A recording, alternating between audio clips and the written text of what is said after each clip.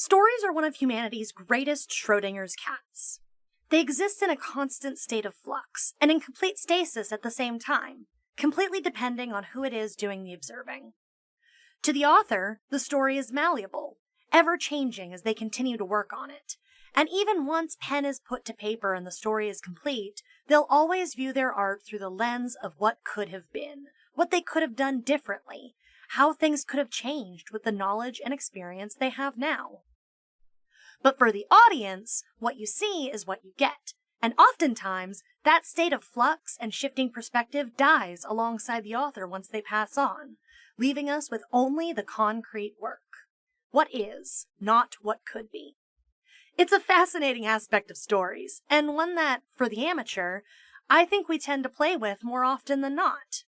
After all, when you create for the sheer love of the craft, things like a final draft tend to take away from the fun of it all, don't you think? A final draft implies the end of the fun, a completion date for when the story gets put on a shelf, out of the way and now for the audience's enjoyment rather than our own. For an amateur storyteller, we often create with a focus on the journey rather than the destination, on the process of making it up as we go along so we can maximize the fun we get out of creating. So, for us, that state of flux is important to our enjoyment of the pieces we work on. Or maybe that's just me, and I'm completely crazy, but still, you can't deny that stories tend to change the longer we work on them. And so it goes for OCs. After all, what is a character but a miniaturized story compacted into personified form? It's natural they would change as we continued weaving our tales and spinning our yarns into socks. As events around them unfold, characters tend to change in two different ways. First, there's the in-universe changes that happen to them, changes that are in response to the events of the narrative. These are your character arcs, your hero's journeys, and the like.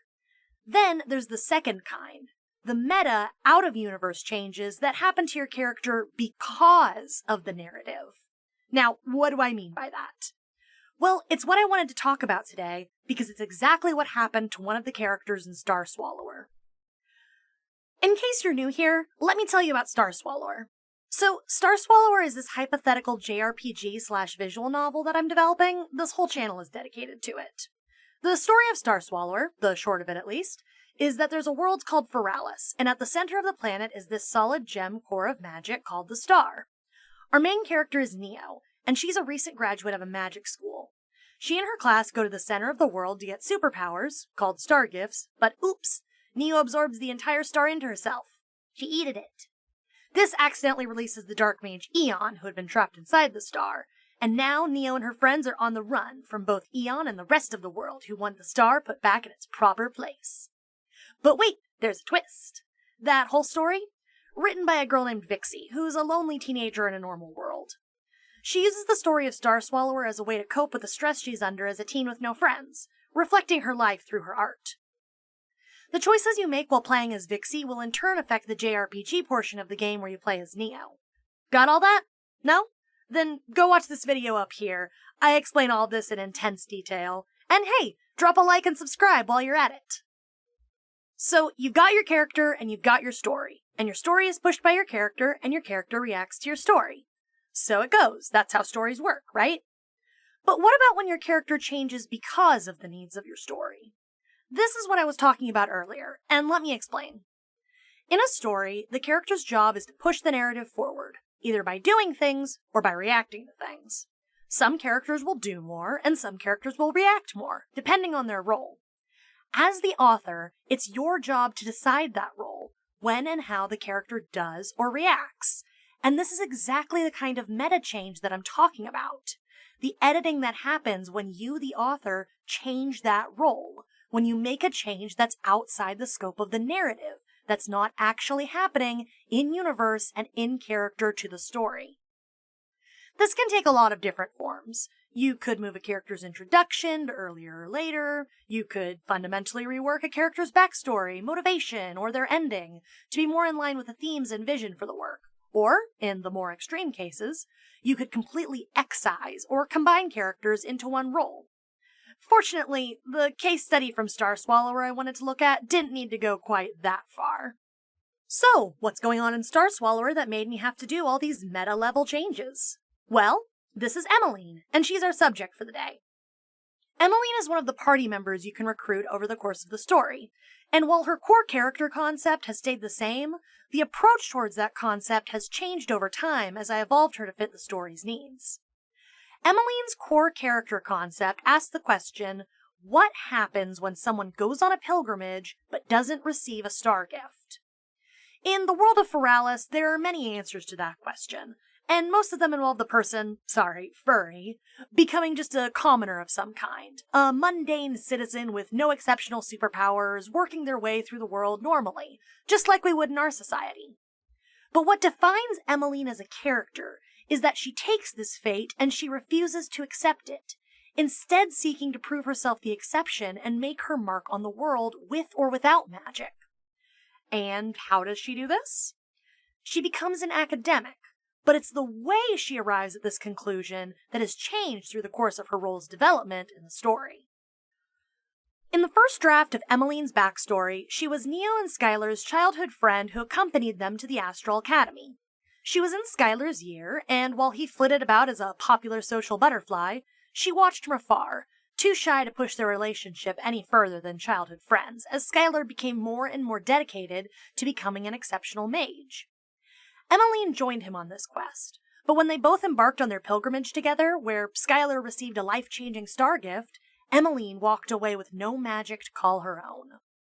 This caused Emmeline to be left behind at the Astral Academy, pursuing higher academia and research to uncover exactly why this happened, while Skylar left to pursue his dreams of saving the world.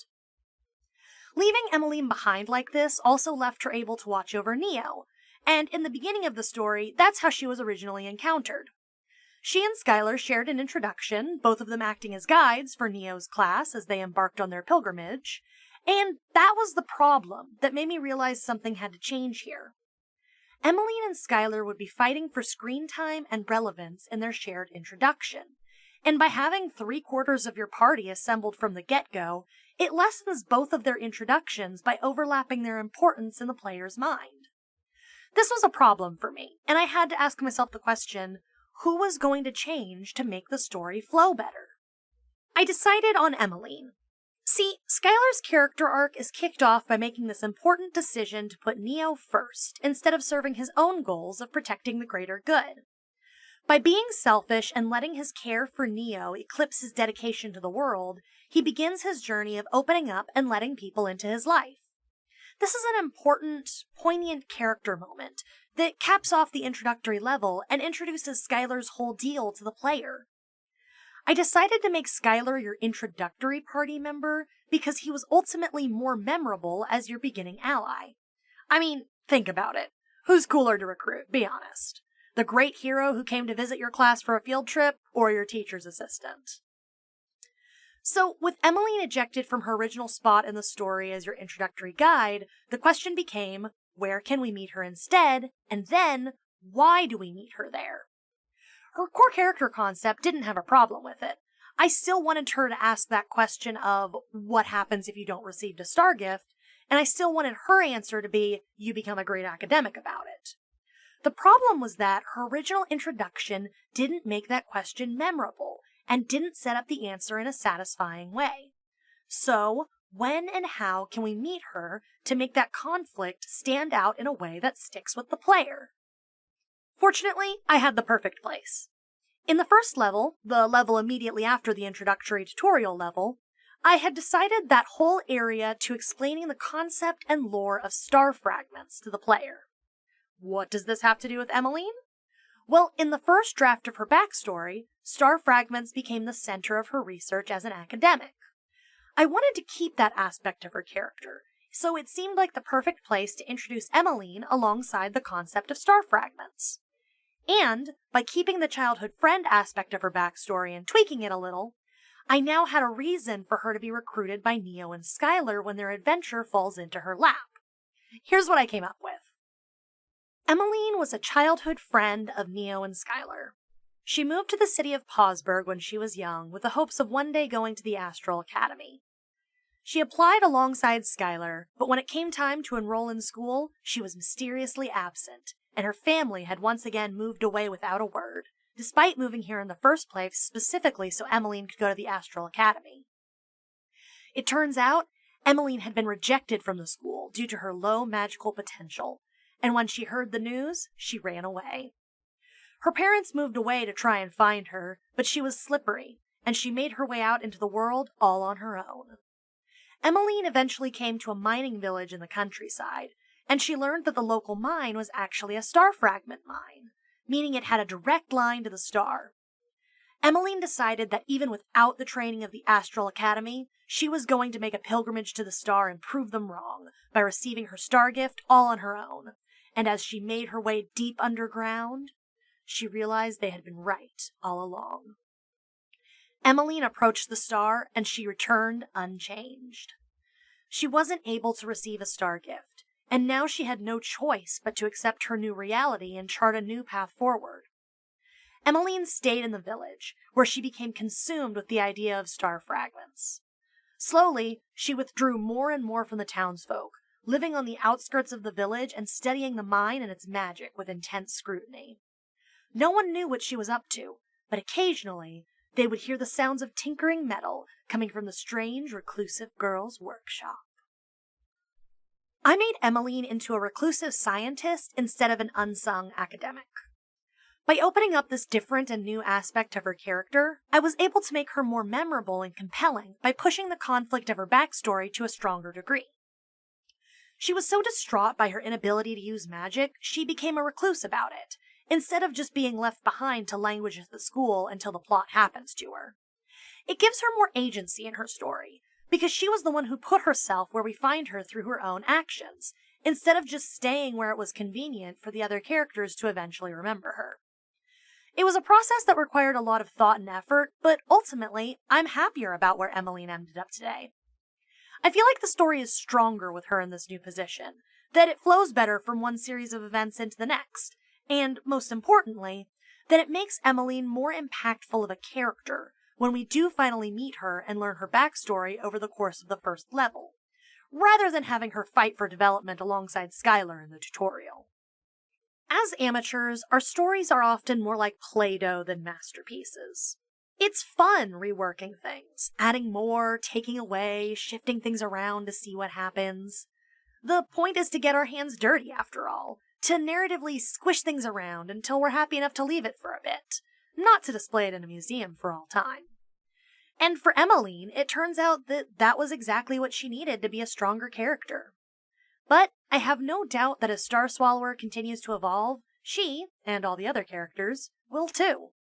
The Play-Doh sculpture is never finished, after all, because creativity never sleeps.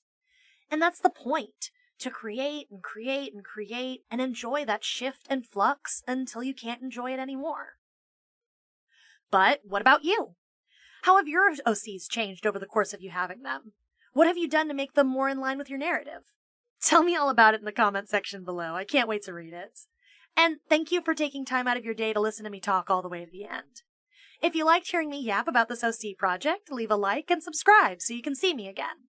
I leave you with the completed art from today's speed paint. Bye!